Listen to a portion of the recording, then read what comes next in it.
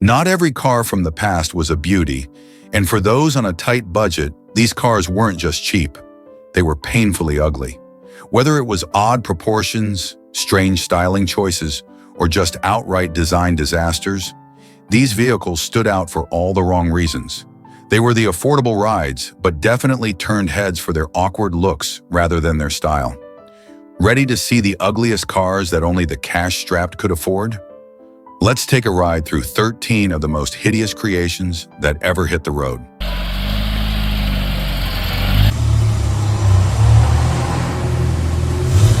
The Checker Marathon, produced from 1961 to 1982, is perhaps one of the most iconic yet utilitarian cars in American automotive history. Best known for its role as the quintessential New York City taxi, the Marathon was designed with a singular focus on durability, reliability, and practicality. Its blocky, oversized design was immediately recognizable, but it was a vehicle that prioritized function over any pretense of style. In many ways, the Checker Marathon was less about aesthetics and more about getting the job done.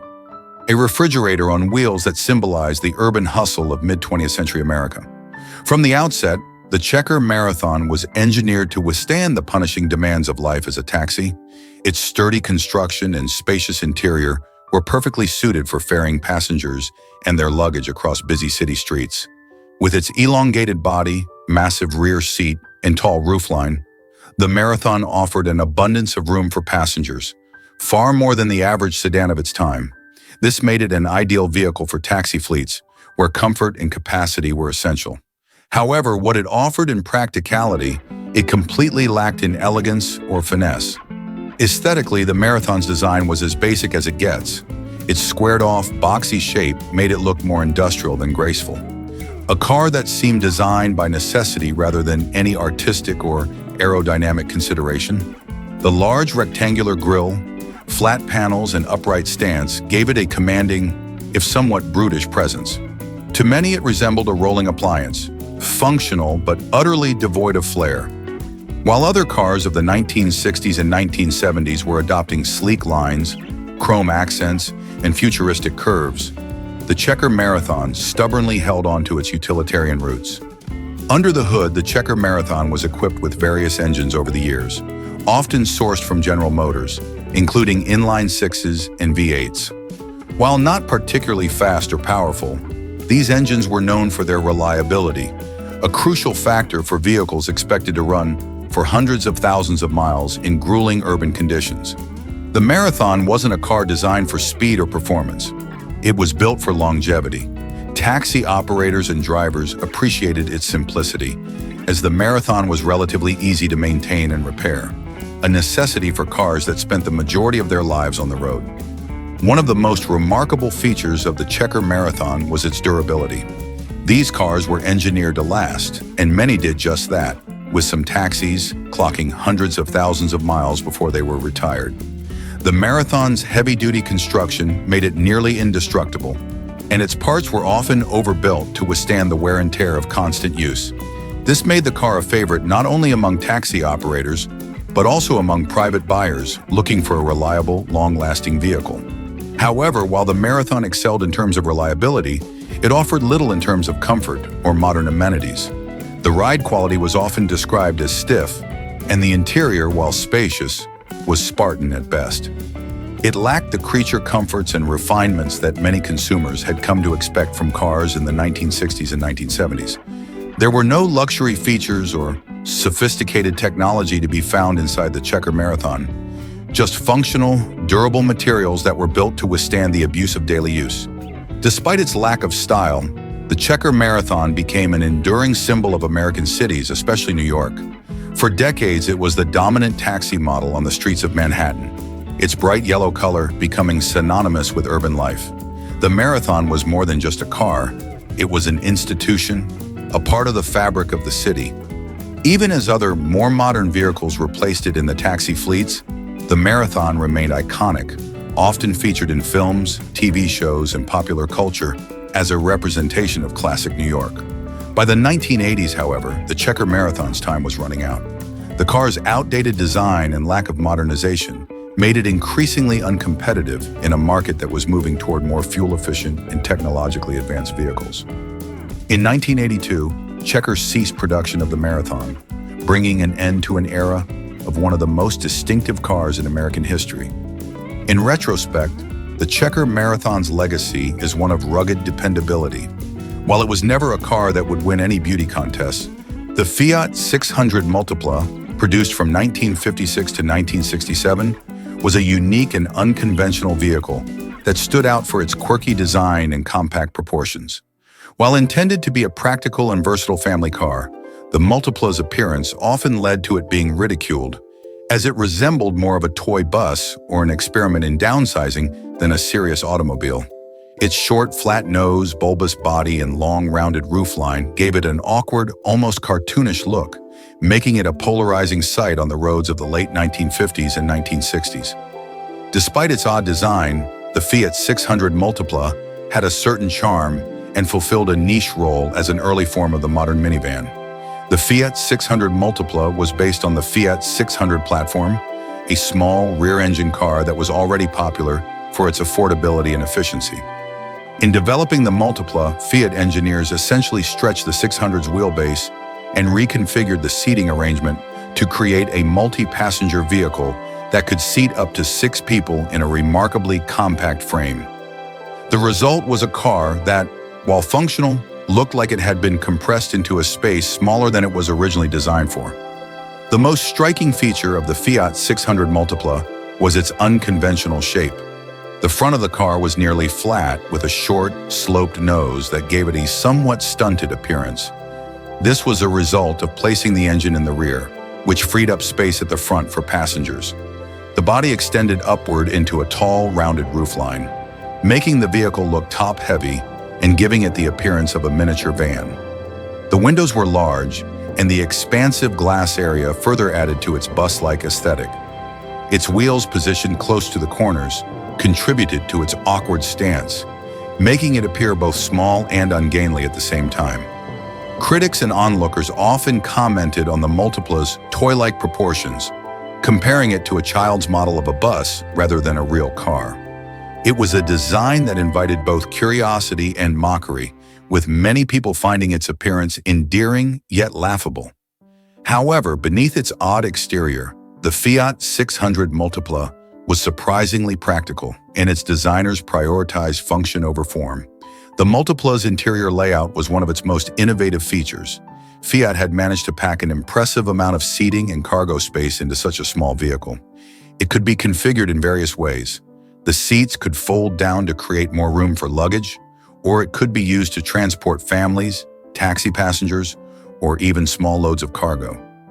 This flexibility made it popular among taxi drivers and families in Italy, where the Multipla became a common sight on the streets, despite its unflattering looks. Performance-wise, the Fiat 600 Multipla was not particularly powerful. It was equipped with the same 633 cubic centimeter or 767 cubic centimeter rear-mounted engines as the standard Fiat 600, which provided only about 21 to 29 horsepower. As a result, the Multipla was slow, especially when loaded with passengers or cargo. Its top speed hovered around 55 to 60 miles per hour, 90 to 95 kilometers per hour, making it best suited for city driving rather than highway travel. The rear engine layout and lightweight gave it reasonable handling for urban environments, but it was by no means a car built for performance. While it might have been ridiculed for its design, the Fiat 600 Multipla was ahead of its time in several respects.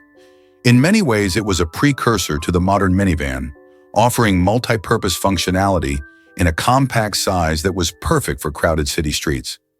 Its ability to carry multiple passengers or haul goods made it incredibly versatile, and its low operating costs appealed to those seeking affordable transportation. The Fiat 600 Multipla's design may not have been inspiring, but it was certainly distinctive. Today, the car has gained something of a cult following among vintage car enthusiasts who appreciate its quirkiness and role as a pioneer in the small, multi-passenger vehicle segment.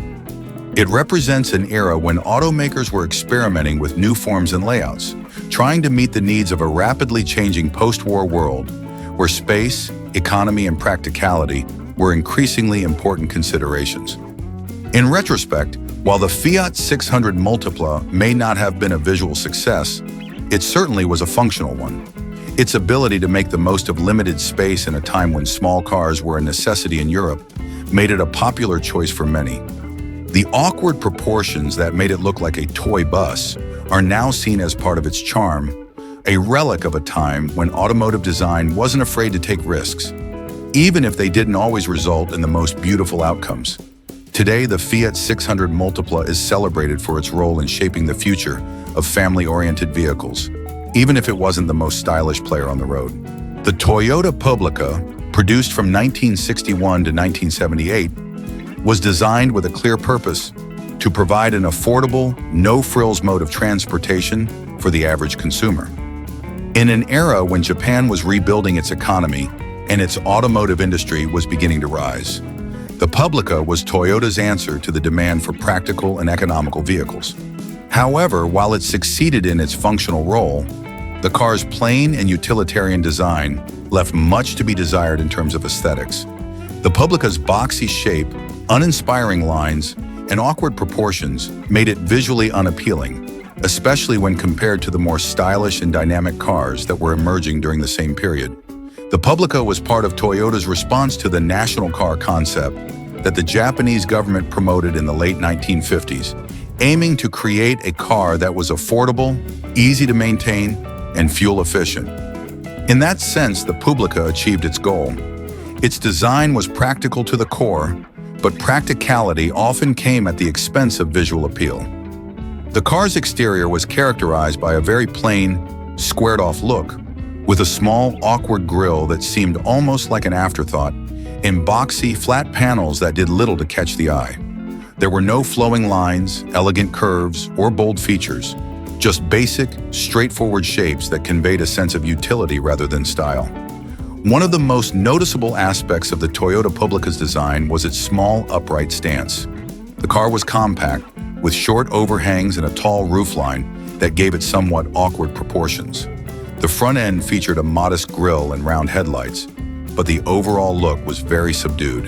This made the Publica seem a bit outdated even in its own time, especially as other automakers were experimenting with sleeker, more aerodynamic designs.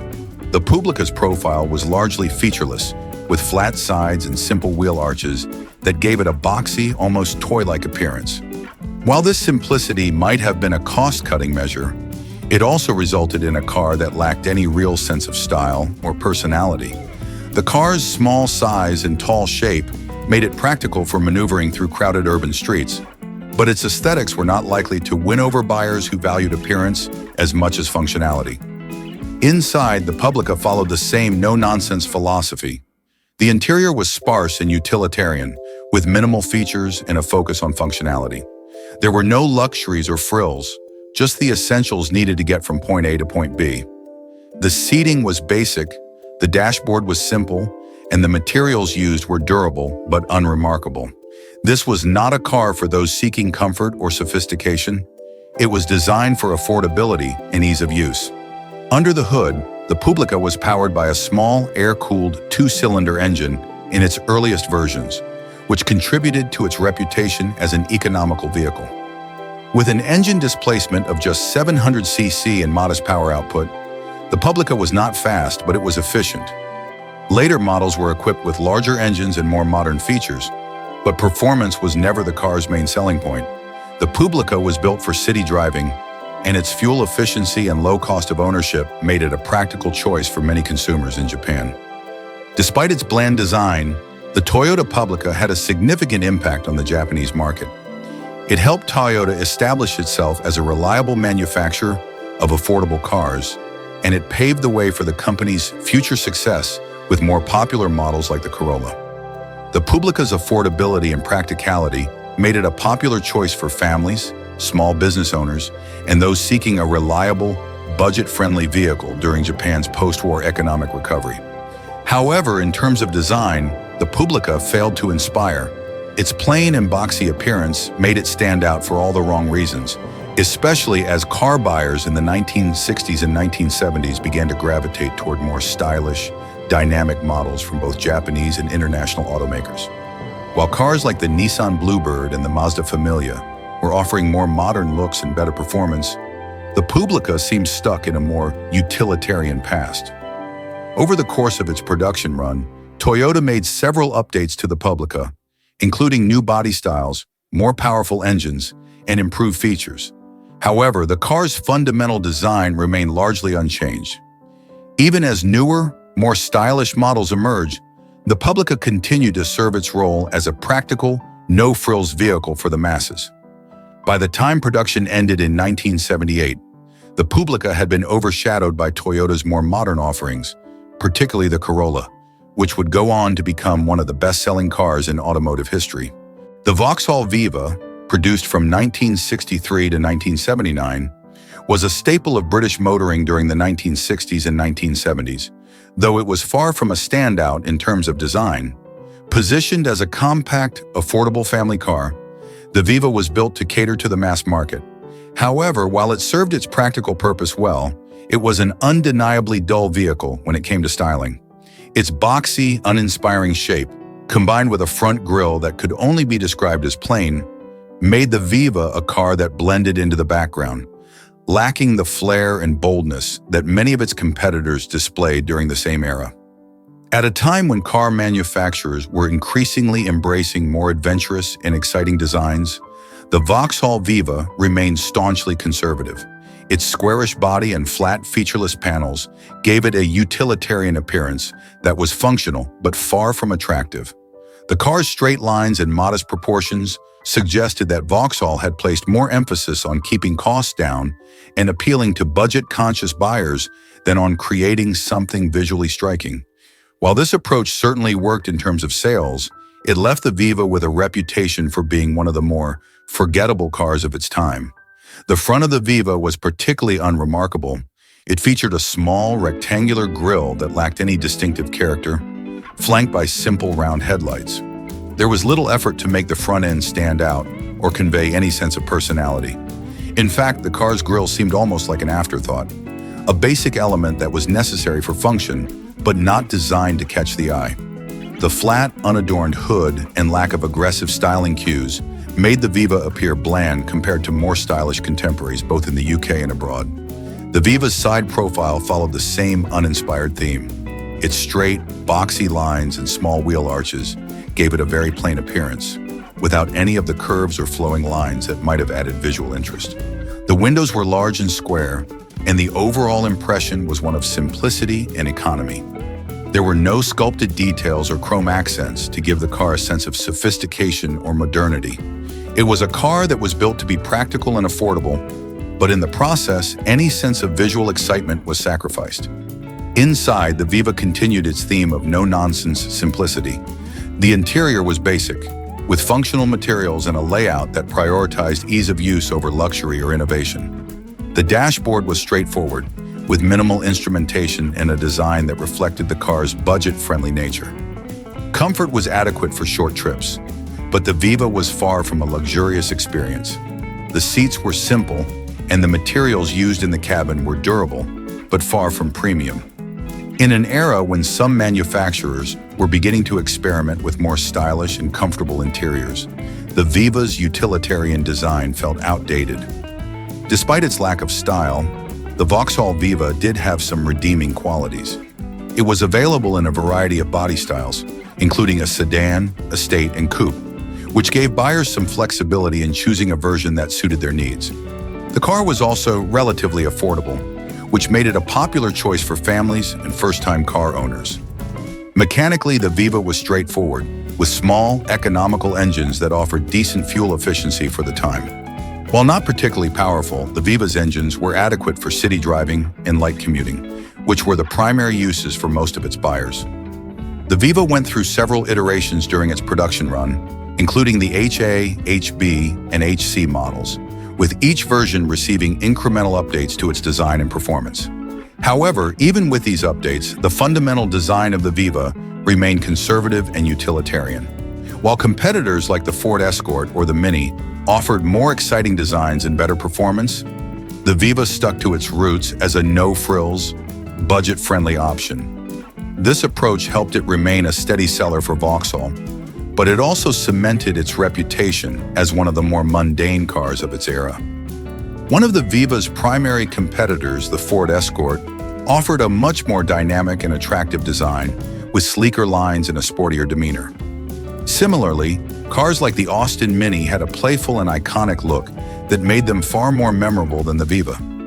While these cars offered a sense of excitement and character, the Viva was content to stay in the background, fulfilling its role as a reliable, if uninspiring, choice for the average driver. By the late 1970s, the automotive landscape was changing, and buyers were increasingly looking for cars that offered more than just basic transportation. The Viva's boxy, uninspired design began to look even more outdated as new models with sleeker, more modern designs entered the market. The Austin A40 Finina, produced between 1958 and 1967, was an important model for Austin, marking a shift in their approach to car design by collaborating with renowned Italian designer Pininfarina. Known for designing some of the most beautiful and iconic cars of the era, such as Ferraris and Alfa Romeos, Pininfarina's name carried with it expectations of elegance and style. Unfortunately, the Austin A40 Finina didn't quite live up to the legacy of its designer's other masterpieces. While it was a practical and innovative compact car for its time, the A40 had a somewhat awkward, boxy appearance that made it seem more utilitarian than stylish. At first glance, the A40 Finina's design was a departure from the more rounded, bulbous shapes that characterized many cars of the 1950s. It was one of the first cars to feature a more squared-off body with clean lines and an upright stance. This shift towards a boxier design was part of an evolving trend in automotive styling, particularly in Europe.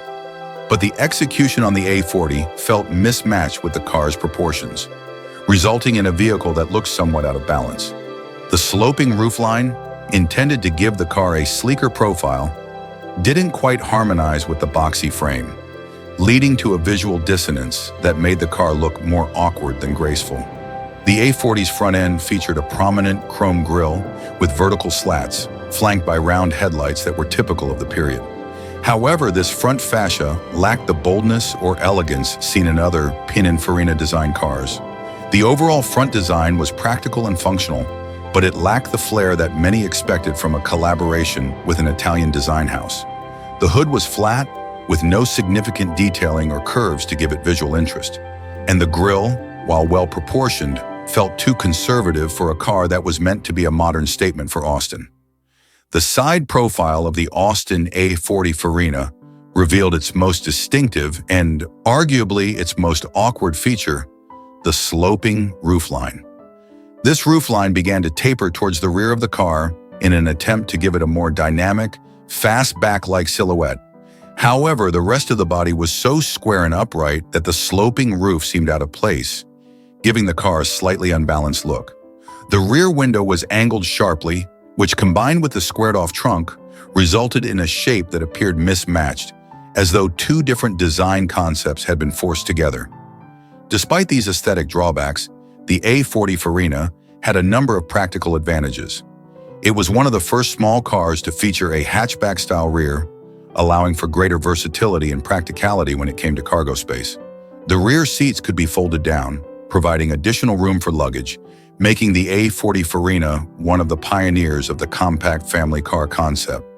This practical innovation would later become a standard feature in many cars.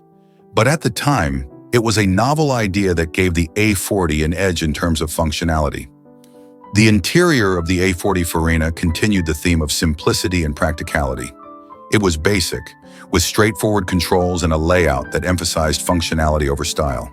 The dashboard was uncluttered, with clearly labeled dials and switches, and the seating was comfortable enough for short journeys, though it lacked the plushness or luxury that could be found in more upscale models. Again, while it was a practical car for everyday use, the interior design didn't offer much in terms of excitement or refinement.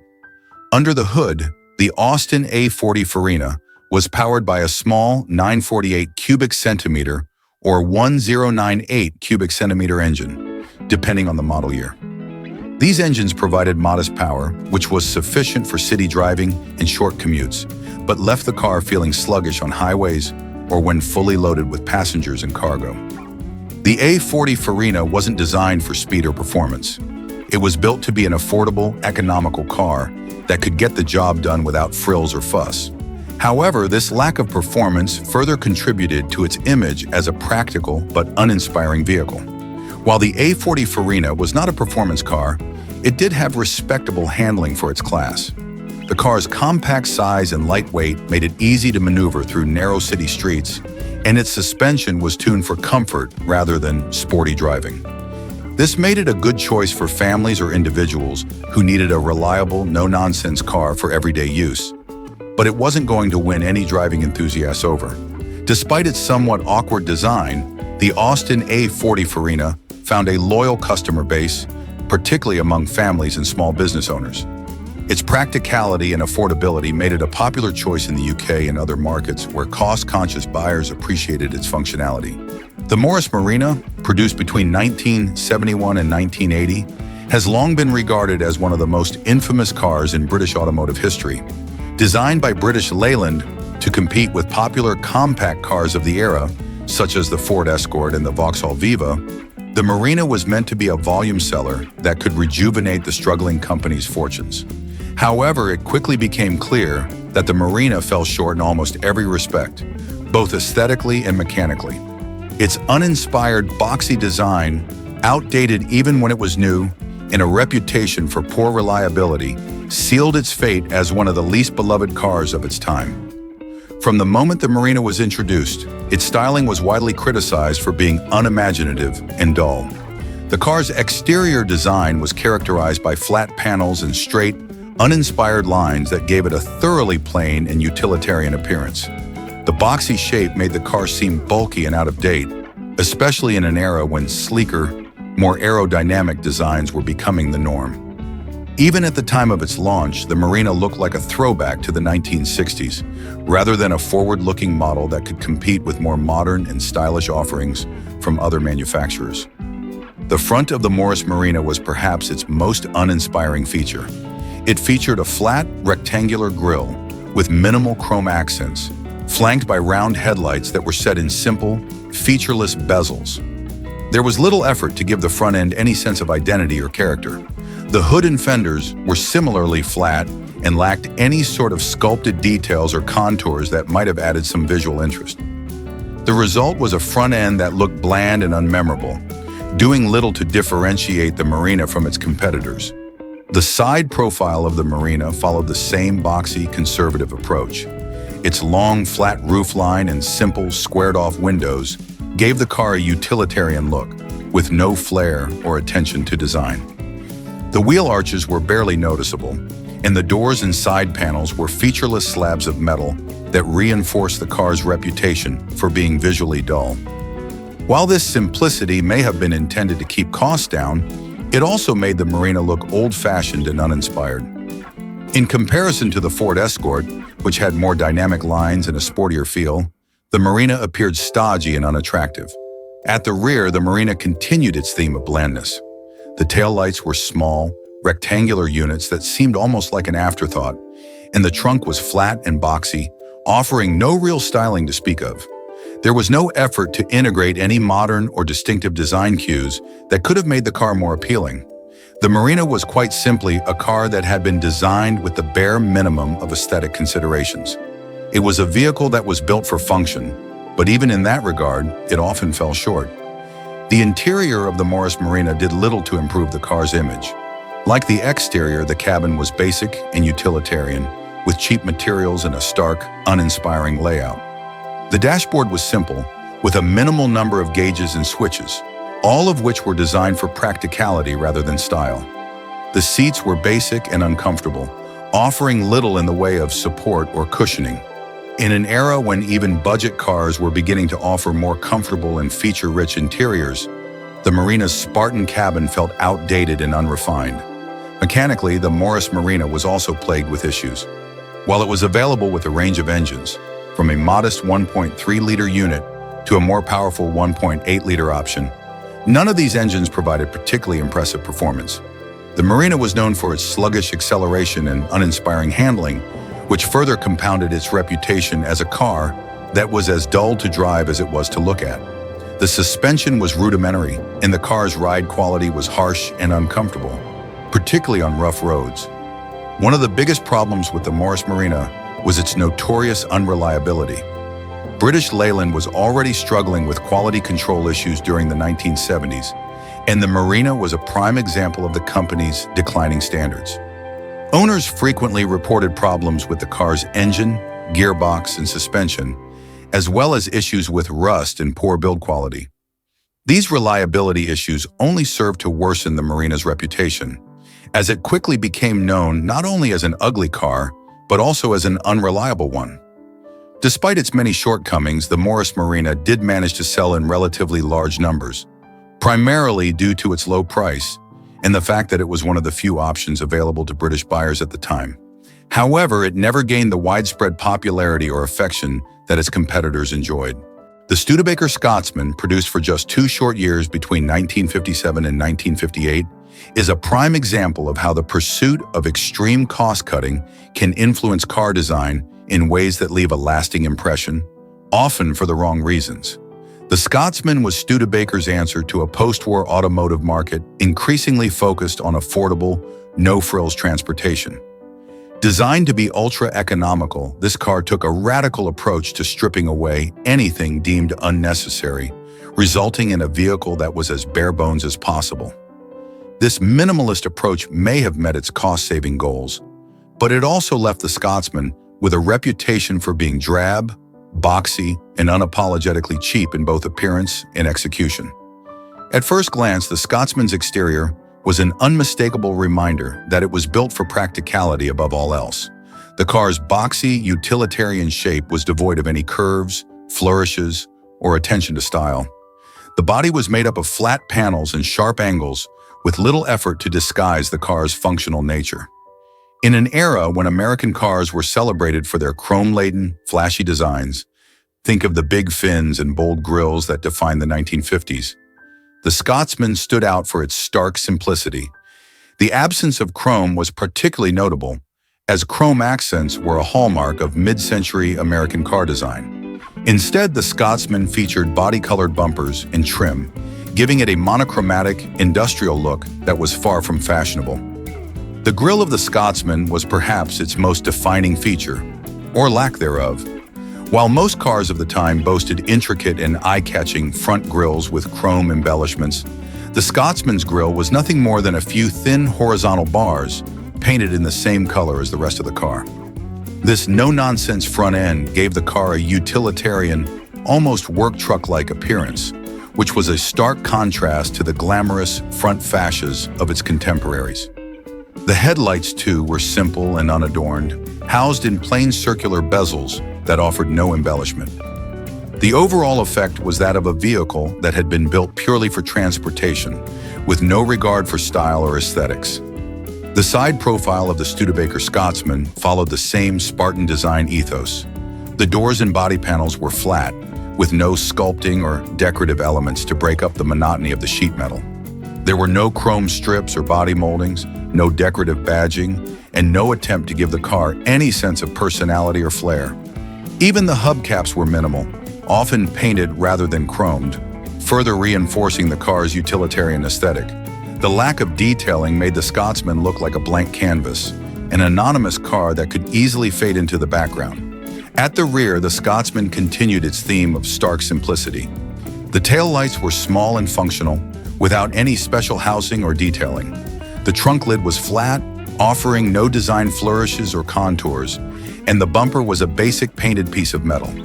The lack of chrome, once again, made the rear of the car look cheap and unfinished, as if it had been left incomplete in the rush to keep costs down.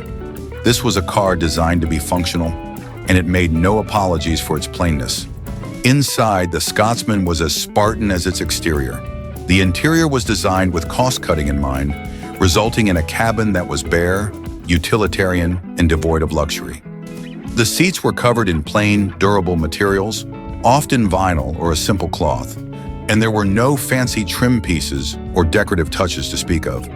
The dashboard was equally basic, featuring minimal instrumentation and controls, with functionality being the only priority. Even features that were standard on most cars of the time, such as a radio or a clock, were either optional or omitted entirely in the Scotsman, further emphasizing its low-cost nature. Mechanically, the Studebaker Scotsman was built to be economical and easy to maintain.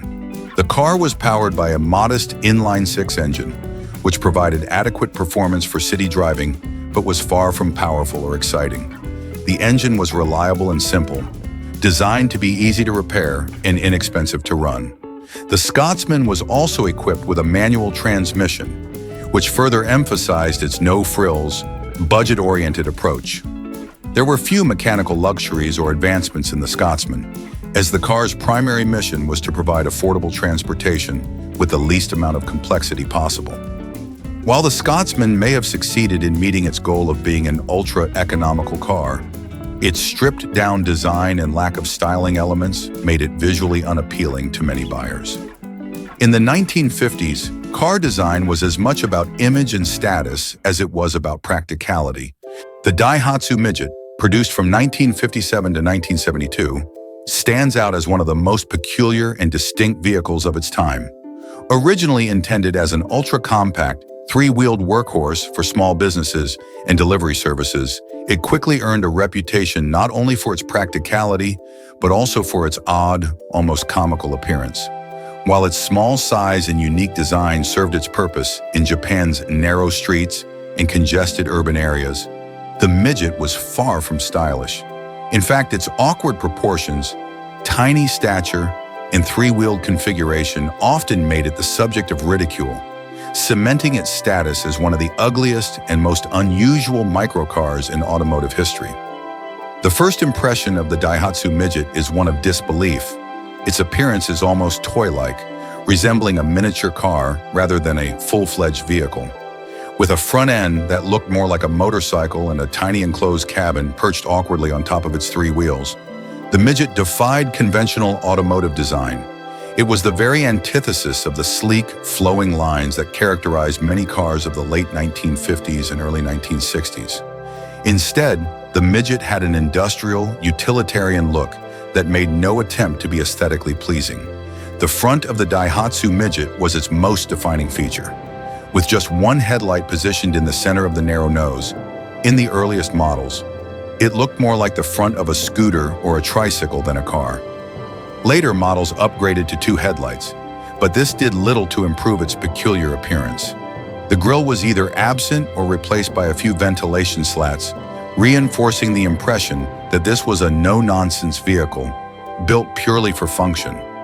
The diminutive size of the Midget made it look cramped and almost cartoonish when viewed from the front, with its narrow frame giving it the appearance of a child's pedal car. The three-wheeled configuration further added to the vehicle's oddity. The two rear wheels were close together, making the Midget appear unstable and out of proportion when viewed from the side or rear. The short wheelbase and the small, boxy cargo area at the back gave the impression that the vehicle was squashed and stretched in strange directions. It lacked any sense of balance or harmony in its design. The roofline was similarly awkward, with a tall, narrow cabin that seemed almost perched on top of the chassis, creating a top-heavy look that seemed out of place, even for a microcar. The cabin itself was extremely small, with just enough room for one or two people. The driver sat in a narrow, upright position, with the steering wheel directly in front, much like in a scooter or motorcycle.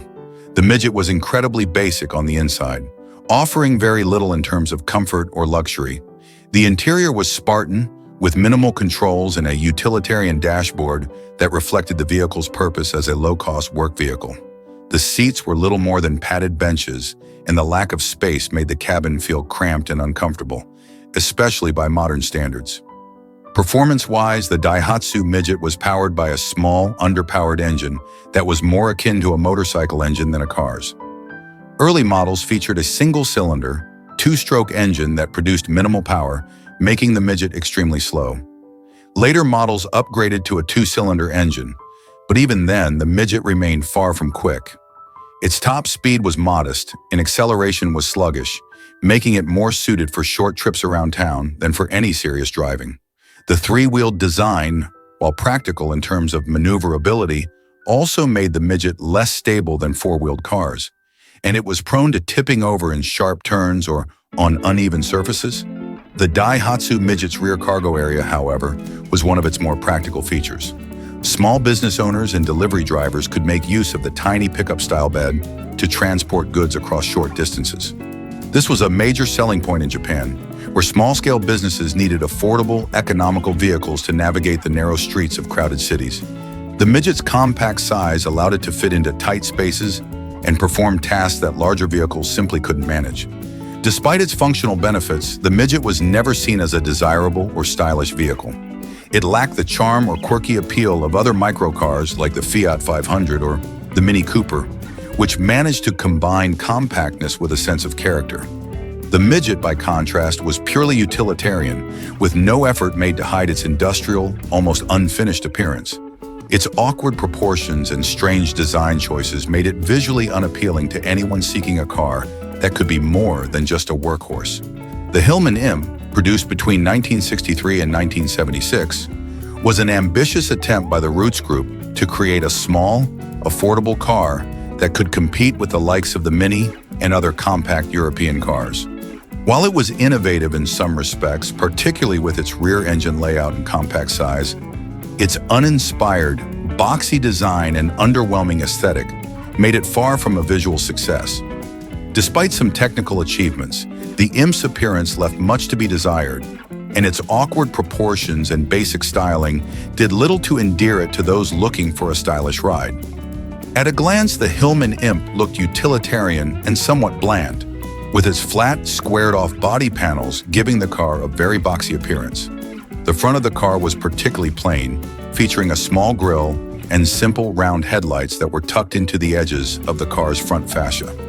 Unlike the Mini, which had an appealing charm with its rounded shape and compact proportions, the Imp came across as more rigid and less playful.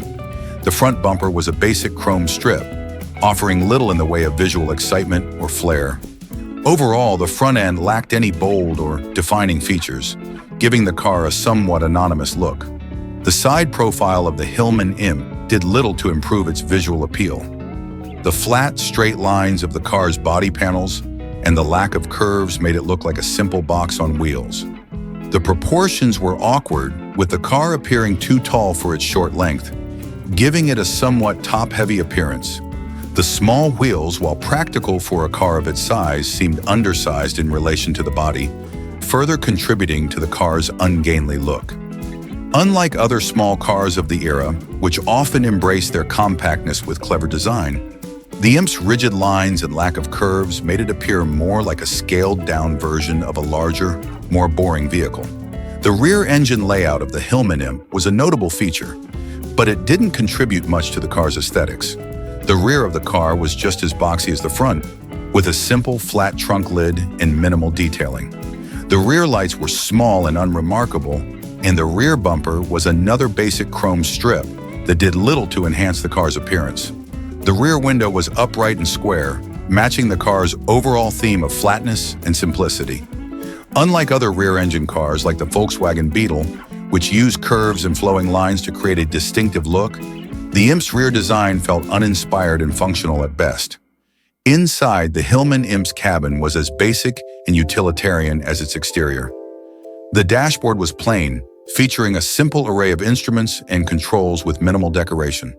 The materials used for the interior were standard for budget cars of the time, with vinyl seats and basic trim that emphasized durability over comfort or style. The interior space was adequate for a car of its size, but it lacked any real sense of personality or charm. The seats were boxy and flat, much like the car's exterior, and there was little in the way of luxury or refinement to be found. The Imp's mechanical layout, while innovative in some respects, didn't translate into a more engaging or stylish driving experience. The rear-mounted engine, a small aluminum 875 cubic centimeter unit, was light and allowed for good weight distribution. But the car's handling didn't live up to its potential. While it was agile enough for city driving, the Imp's performance was modest at best, and its reputation for reliability issues further tarnished its appeal. The rear engine layout also led to some handling quirks, especially for drivers unfamiliar with the dynamics of a rear-engine car. The Imp's boxy, functional design wasn't offset by exciting performance. which made it hard for the car to stand out in an increasingly competitive market. One of the Hillman Imp's most significant visual shortcomings was its failure to balance practicality with personality. While many small cars of the era, such as the Mini and Fiat 500, embraced their diminutive size with design elements that made them look fun and approachable, the Imp came across as overly conservative. Its straight-edge, utilitarian design didn't have the quirky appeal that other compact cars managed to cultivate. The Imp was undoubtedly practical, with good interior space for its size and decent fuel economy, but its design left it looking like a small car that took itself too seriously. Despite its visual shortcomings, the Hillman Imp did find a place in the hearts of some enthusiasts, particularly in the world of motorsports. Its lightweight and rear-engine layout made it a surprisingly competitive rally car, and some drivers were able to extract impressive performance from the little car on the rally stage. The Moskvich 412, produced from 1967 to 1976, was a quintessential example of Soviet automotive design, embodying the utilitarian and no-frills approach that characterized many vehicles of the Eastern Bloc. Built by the Soviet car manufacturer AZVLK, Moscow Automobile Factory of Leninsky Komsomol, the Moskvich 412 was not meant to be a stylish or elegant sedan. Instead, it was engineered for durability, functionality, and reliability under the harsh conditions of Soviet roads. While it succeeded in being a tough and practical car, the 412's design left much to be desired, often making it look more like a workhorse than an attractive automobile. The exterior design of the Moskvich 412 was distinctly utilitarian, with a boxy shape and flat, angular lines that gave it a somewhat heavy and industrial look. The front end was particularly stark, featuring a wide, rectangular grille flanked by simple, round headlights. The grille, usually a dull metallic finish, was devoid of any ornamentation or flair, emphasizing the car's utilitarian nature. Unlike Western sedans of the era, which were often adorned with chrome trim and stylish grilles, the Moskvich 412 kept things bare bones. The bumper was large and made of thick metal, extending far beyond the bodywork. This oversized bumper, designed to withstand the rigors of rugged roads, only added to the car's bulky appearance and further distanced it from any notion of refinement. From the side, the Moskvich 412 maintained its flat, squared-off aesthetic. The long, straight roofline and vertical pillars gave the car a very box-like profile, devoid of any flowing curves or sleek lines. The wheel arches were modest, with little to no emphasis placed on styling around the wheels, which were small and unimposing. The doors and side panels were flat, with only minimal creases to break up the monotony of the design. The overall impression was that of a car built purely for practicality, with no regard for aesthetic considerations. The rear of the Moskvich 412 was just as basic as the front, featuring a flat trunk lid and square, unremarkable taillights. The rear bumper, like the front, was oversized and extended well beyond the body, giving the car a sense of heaviness. The trunk space was generous, a practical feature that was more important in the Soviet market than style, but this did little to improve the car's appearance. The flat, angular lines at the back reinforced the utilitarian nature of the design, which was more about function than form. The interior of the Moskvich 412 followed the same utilitarian philosophy. The dashboard was simple and functional, with minimal instruments and controls. The materials used were far from luxurious. Plastics and basic fabrics dominated the cabin. The seats were flat and boxy, designed more for durability than comfort. In keeping with Soviet design priorities, the interior offered practicality and space, but with little attention paid to aesthetics or modern conveniences. The steering wheel was large and plain, while the controls were basic and somewhat crude compared to those in Western cars. Comfort was not a priority in the Moskvich 412, and this extended to the Spartan, no-frills interior. Under the hood, the Moskvich 412 was equipped with a 1.5-liter inline-4 engine that, while not particularly powerful, was built to be robust and reliable. The car was designed to be durable, capable of handling poor road conditions and requiring minimal maintenance. This mechanical toughness was one of the 412's strong points, and it made the car a popular choice in the Soviet Union and other Eastern Bloc countries, where reliability was often valued above all else. However, the engine was noisy, and the car's overall performance was sluggish, further reinforcing the perception that it was a utilitarian workhorse rather than a refined, enjoyable driving experience. The Moskvich 412's handling was also far from refined. The suspension was built to cope with rough, unpaved roads, resulting in a stiff and uncomfortable ride on smoother surfaces. The car had a high center of gravity, which combined with its narrow track and small wheels, gave it a somewhat unstable feel during cornering. The heavy steering and basic braking system made driving the 412 a somewhat laborious task, particularly in comparison to the more modern, responsive cars being produced in the West during the same period. In the Soviet Union, the Moskvich 412 was often seen as a reliable, practical choice for middle-class families and government officials, but it never achieved the status of a desirable vehicle. Its utilitarian design reflected the broader Soviet approach to consumer goods, where practicality and durability took precedence over style and luxury. The car's design was rugged and functional, but it lacked any sense of flair or elegance, making it a far cry from the stylish sedans being produced in Western Europe and the United States. The DKW F89, produced between 1950 and 1954 by the German automaker Auto Union, was a vehicle that embodied post-war practicality, but its design was far from universally admired. Emerging in a period when Germany was recovering from the devastation of World War II, the F89 was intended to be a simple, affordable car to get the country moving again. While it was built with reliability and efficiency in mind, its unusual and somewhat ungainly design made it one of the more visually awkward cars of the 1950s. One of the first things that stood out about the DKW F89 was its distinctive rounded shape, which was somewhat reminiscent of the pre-war era. The front of the car featured a pronounced sloping hood that tapered down toward a small grille. This teardrop-like shape gave the F89 a bulbous appearance that was both aerodynamic and oddly proportioned. The grille was minimal, with thin horizontal slats, but it was overshadowed by the car's oversized fender-mounted headlights. These headlights, positioned high on the front fenders, looked out of place and exaggerated the car's already unusual front-end design. The headlights seemed almost too large for the car's compact body, giving the front of the F89 an awkward, bug-eyed look. The DKW F89's body was rounded and curved in a way that lacked the clean, flowing lines of more stylish cars from the 1950s. Its teardrop profile, while aerodynamic, made the car appear somewhat squat and stubby, especially when viewed from the side. The fenders flared out around the wheels, further contributing to the car's odd proportions.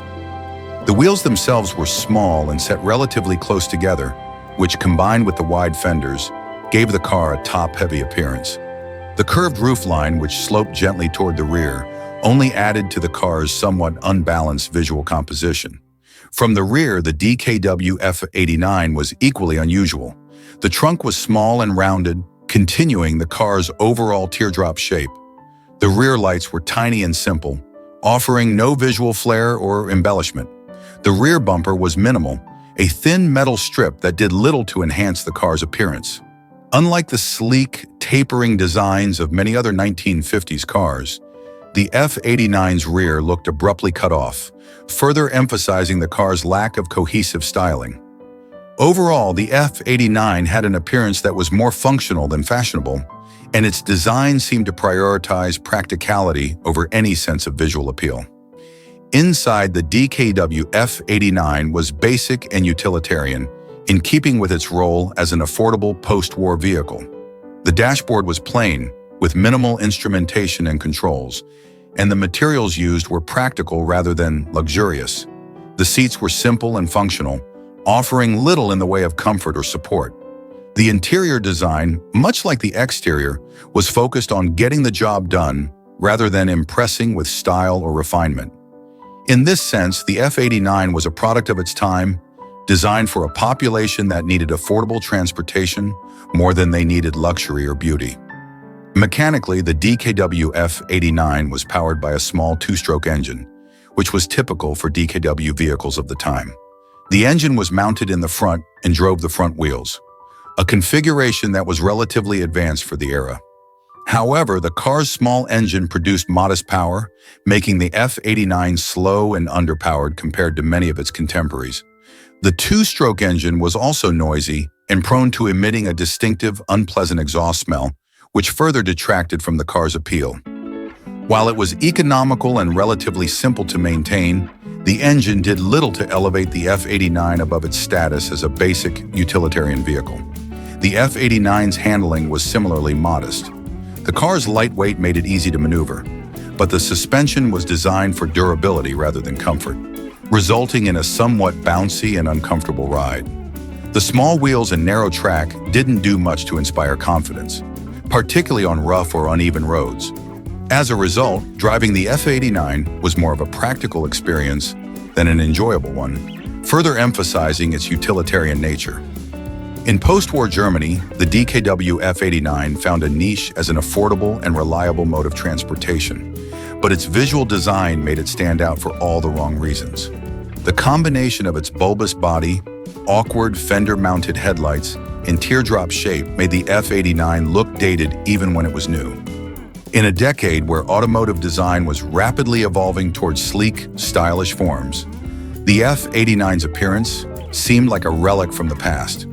While cars from the 1950s were often celebrated for their bold, futuristic designs, the F89 looked backward, clinging to a design language that felt out of place in the post-war world. The Jensen CV8, produced from 1962 to 1966, was a British Grand Tourer that offered exceptional performance thanks to its powerful American V8 engine. But its design proved to be divisive, often criticized for its odd proportions and unusual styling.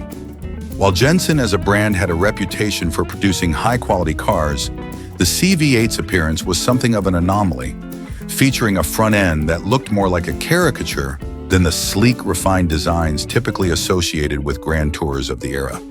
At the heart of the CV8's polarizing design was its front fascia, which many considered one of the most unusual and unattractive features of the car.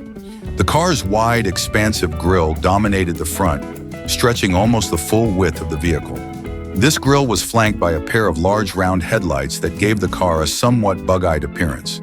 The headlights, combined with the wide grille, seemed oversized for the front of the car, resulting in a face that looked out of proportion and somewhat awkward.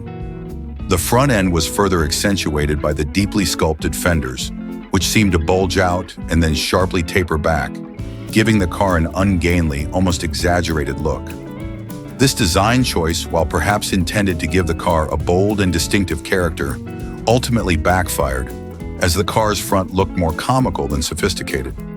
In an era where most Grand Tours were striving for elegance and smooth aerodynamic lines, the CV8's front end seemed overly aggressive and unrefined, standing in stark contrast to contemporaries like the Aston Martin DB5 or the Jaguar E-Type. The awkward proportions of the front end were further emphasized by the long, stretched body of the CV8. The car had a lengthy wheelbase, which combined with its high beltline and relatively short roof, created a sense of visual imbalance. The car's long hood and rear end seemed disconnected from the bulbous front, contributing to an overall ungainly aesthetic. The body lines lacked the graceful flow that characterized other Grand Tours of the time, instead giving the impression of a design that had been cobbled together without a clear sense of cohesion. From the side, the Jensen CV8's lines appeared flat and lacked the curves that would typically give a car its sense of elegance and motion. The straight lines of the roof and side panels added to the car's boxy appearance, and the relatively large windows only highlighted the car's unusual proportions.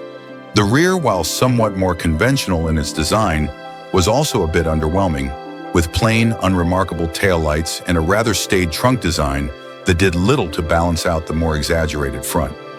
The interior of the Jensen CV8, however, was more in line with what one would expect from a Grand Tourer of its class.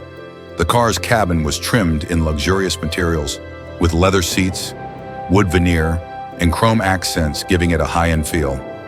The dashboard featured a full complement of gauges and controls, typical of the Grand Tour's focus on long-distance comfort and driving pleasure. While the exterior might have been divisive, The interior provided a more satisfying experience for the driver and passengers, offering comfort and refinement in line with the car's grand tourer aspirations. Under the hood, the Jensen CV8 was a true powerhouse, boasting a Chrysler Fiat engine that delivered impressive performance. This was one of the car's redeeming features, as it offered the kind of acceleration and top-end speed that many of its more elegantly designed competitors could not match. The powertrain gave the car a reputation for being a high-speed cruiser, capable of long-distance touring with ease. However, the car's odd design made it difficult for many to appreciate its mechanical prowess. The disconnect between the car's ungainly looks and its high-performance engine left the Jensen CV8 in a strange position. Loved by those who valued performance over appearance, but often ridiculed by those who prioritized aesthetics. Despite its power and comfort, the handling of the Jensen CV8 was also a point of contention. While the car was quick in a straight line, its heavy front end and somewhat awkward weight distribution made it challenging to handle around tight corners. The suspension was tuned more for long-distance cruising than for nimble, sporty driving, and this, combined with the car's unconventional proportions, made it feel less composed than some of its rivals on twisty roads. The CV8's strange appearance wasn't entirely the fault of Jensen's designers, though. At the time, the company was working with limited resources, and much of the body design was done in-house without the benefit of advanced wind tunnel testing or input from professional stylists. As a result, the car's aesthetics were dictated more by practical concerns than by any overarching design philosophy. The Goliath 1100, produced from 1957 to 1961 by the German manufacturer Goliath, was an intriguing yet ultimately forgettable entry in the compact car market of its time.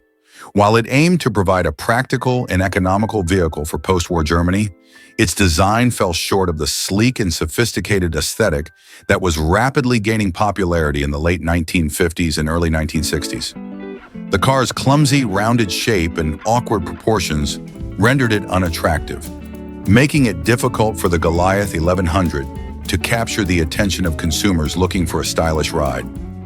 From the very first glance, the Goliath 1100 presented a rounded and bubble-like silhouette that was more reminiscent of earlier automotive designs than the sleek profiles that were becoming increasingly common in contemporary vehicles. The overall shape was characterized by soft curves that lacked the sharp lines and aggressive stance that defined many of its competitors.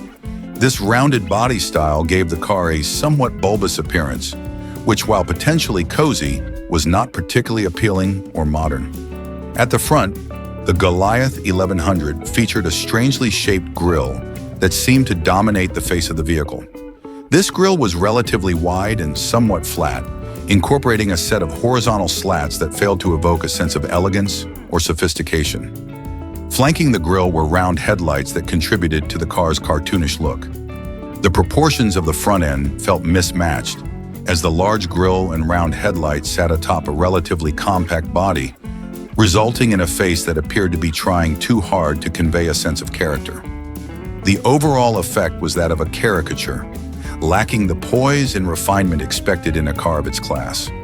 The side profile of the Goliath 1100 did little to improve upon its awkward appearance. The car's roofline was high and rounded, which contributed to its bubble-like form, while the windows were comparatively small, emphasizing the bulkiness of the body. The rear of the car tapered off gently, but the transition felt abrupt rather than fluid, leading to a rear end that appeared disconnected from the rest of the design. This lack of visual harmony was a significant drawback, as the Goliath 1100 struggled to compete with the sleek and dynamic designs that were becoming increasingly popular among consumers. Despite its small size, the Goliath 1100 was not particularly agile or nimble. The rounded shape, while possibly advantageous for aerodynamics, did not translate into the sporty or lively handling that many buyers sought. Instead, the car's handling was more reminiscent of a small family vehicle, prioritizing comfort and practicality over spirited driving dynamics.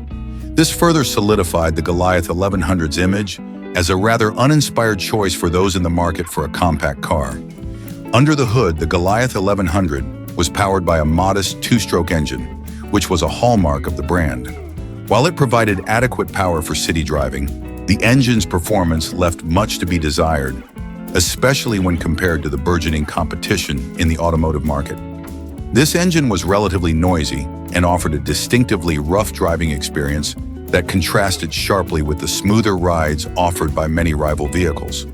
While the Goliath was designed to be an economical choice for the masses, the driving experience was somewhat underwhelming, leading many consumers to look elsewhere for their automotive needs. The interior of the Goliath 1100, like its exterior, was quite basic and functional. It featured a straightforward dashboard with minimal instrumentation, reflecting the car's utilitarian purpose. The seats were designed for comfort, but lacked the refinement and quality materials found in more upscale models. This interior simplicity was indicative of the post-war mindset, prioritizing practicality over luxury, but it did little to elevate the Goliath's overall appeal. As the late 1950s gave way to the 1960s, automotive design began to evolve rapidly, embracing more angular shapes, bold lines, and an overall sense of modernity. In this context, the Goliath 1100 seemed increasingly out of place. It failed to capture the spirit of innovation and excitement that characterized the era, instead feeling like a relic of a bygone time. While many manufacturers were pushing the boundaries of design and technology, the Goliath 1100 clung to outdated principles that ultimately left it behind in the competitive automotive landscape. The Goliath 1010's legacy is one of missed opportunities. While it was built to meet the needs of a post-war population looking for affordable and practical transportation, its design choices and performance shortcomings hindered its ability to stand out in a crowded marketplace. In retrospect,